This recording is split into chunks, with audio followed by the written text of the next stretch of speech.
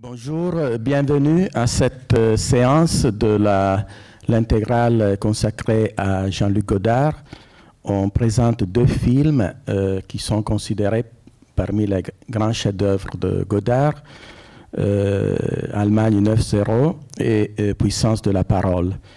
Il s'agit, le premier, d'une commande de Antenne 2. C'était une série de télévision consacrée au thème de la solitude. Le titre général de la série était « La solitude, un état et ses variations ». Et c'était l'époque juste après la chute du mur de Berlin et la fin de l'Allemagne de l'Est.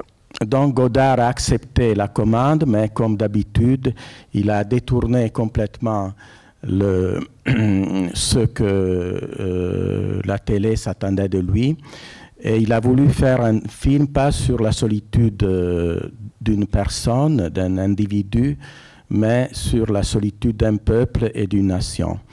Il faut dire que Godard a été très influencé dans sa jeunesse par la culture allemande. Il a toujours dit qu'il était un enfant de la grande philosophie, poésie, littérature allemande, surtout de la période du romantisme.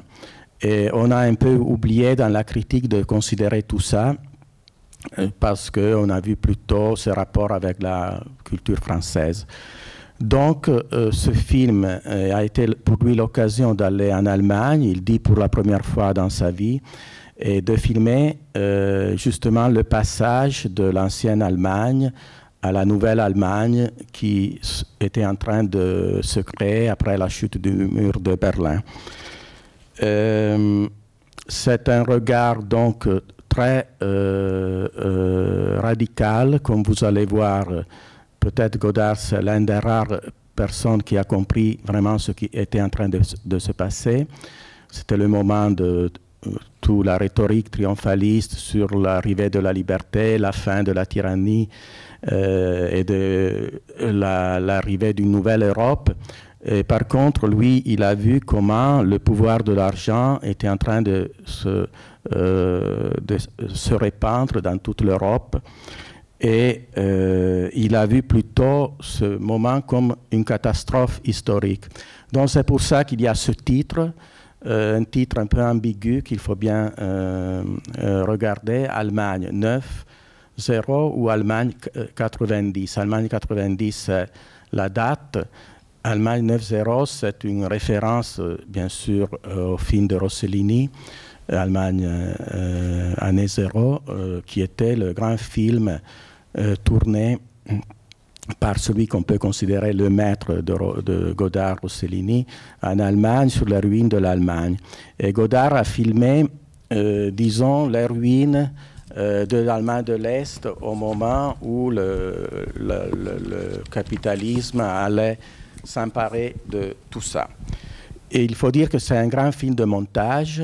Ce film a été fait dans un moment où Godard avait créé son propre atelier, on peut dire comme ça, parce que Godard est un cinéaste artiste qui, à partir d'un certain moment, a créé chez lui à Rolle une sorte d'atelier comme celle des peintres de la Renaissance, dans laquelle il peut chaque jour expérimenter ses outils de travail,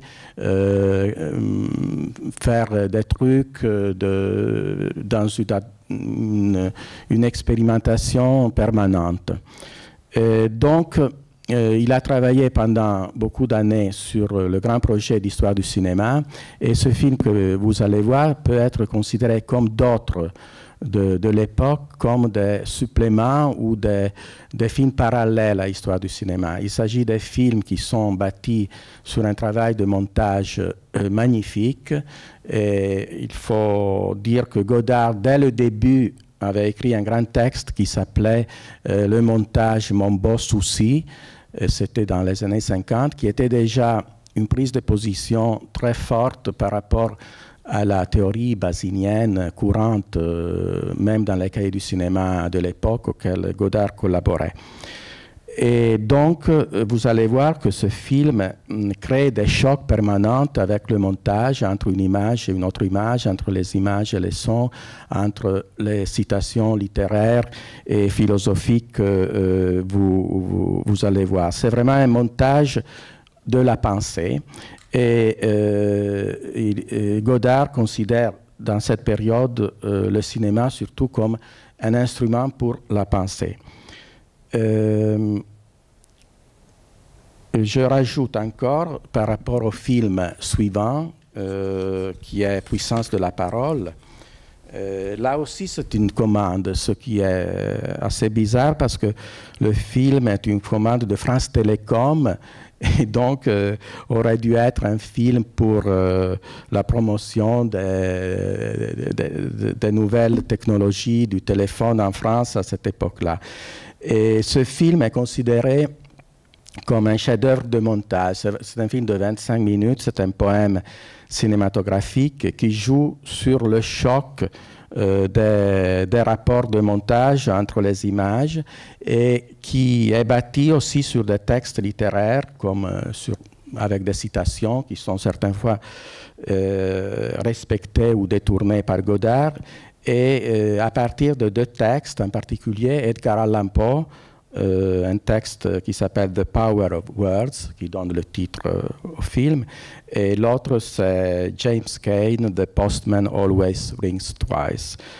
Je termine un peu rapidement parce que vous allez voir les films avec une citation d'un grand maître du cinéma qui s'appelle Manuel de Oliveira, qui, dans une conversation avec Godard, a parlé justement de Allemagne 9-0, et il a dit à Godard, en disant qu'il avait aimé le film, il a dit, il est d'ailleurs ce que j'aime en général au cinéma, une saturation de signes magnifiques qui baignent dans la lumière de leur absence d'explication.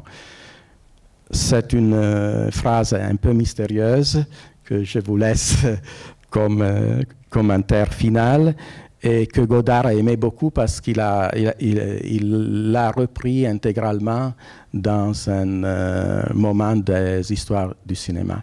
Donc, je vous souhaite une bonne projection. Merci.